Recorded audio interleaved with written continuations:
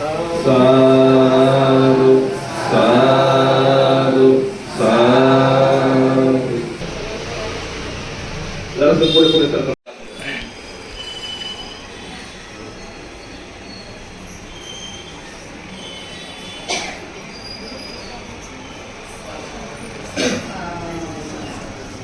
या ठिकाणी आपल्या सर्वांच्या वतीने या शाखेचे कोषाध्यक्ष पप्पू गायकवाड होते, मंडळाचे अध्यक्ष दिनेश ढगे हे देखील या ठिकाणी आपल्या सर्वांच्या वतीने आदर्शांचं पुष्पाण केलं होतं।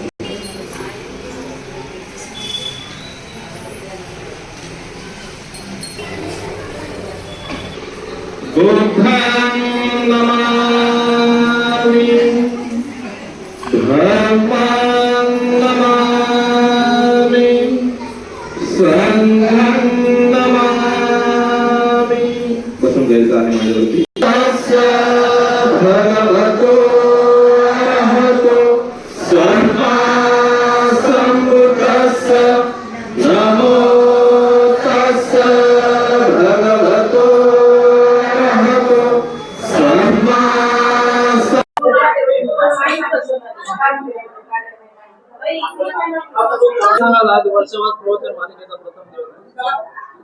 आज भारतीय बौद्ध महासभेच्या माध्यमातून ठाणे महानगर अंतर्गत अंबिकानगर शाखा या शाखेतून वेळवण बुद्धविहार ह्या विहारामध्ये जी संस्थेच्या आदेशानुसार प्रत्येक वर्षी सालबाद प्रमाणे ह्या वर्षी सुद्धा वर्षावासाचं उद्घाटन झालेलं आहे।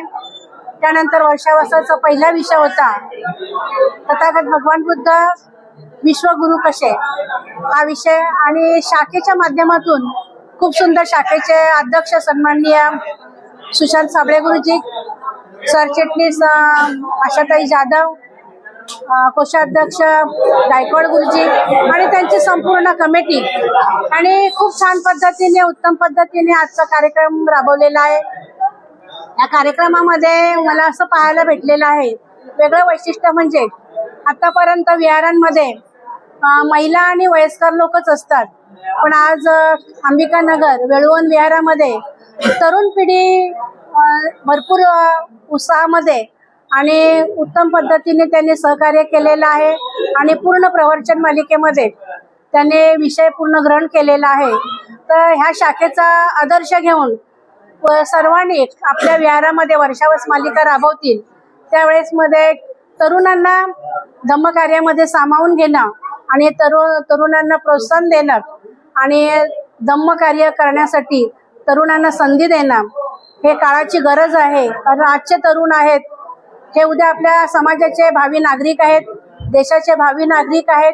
ते जर विहारात आले तर त्या विहारात आल्यामुळे त्यांच्यामध्ये सद्मार्ग आणि कल्याणकारी मार्ग त्यांच्यामध्ये उतरेल आणि ते आपल्या जीवनाची जी वाटचाल आहे ते योग्य पद्धतीने करतील, बौद्ध धम्माला अनुसरून बाबासाहेबांच्या विचारांना अनुसरून करतील।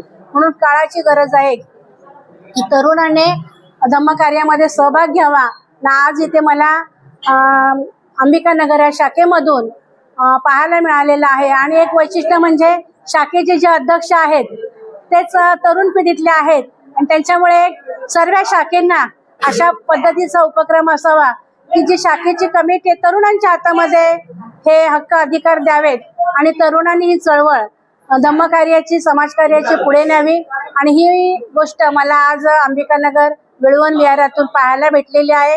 तर मी पूर्ण शाखेच्या कमिटीचे आणि तरुण युवक मंडळाचे आणि महिला मंडळाचे सर्वांचे कौतुक करते, आभार मानते आणि त्यांना पुढील कार्यासाठी प्रोत्साहन देते। आणि मी इथेच थांबते। नमो बुद्धाय, जय भीम, जय संविधान।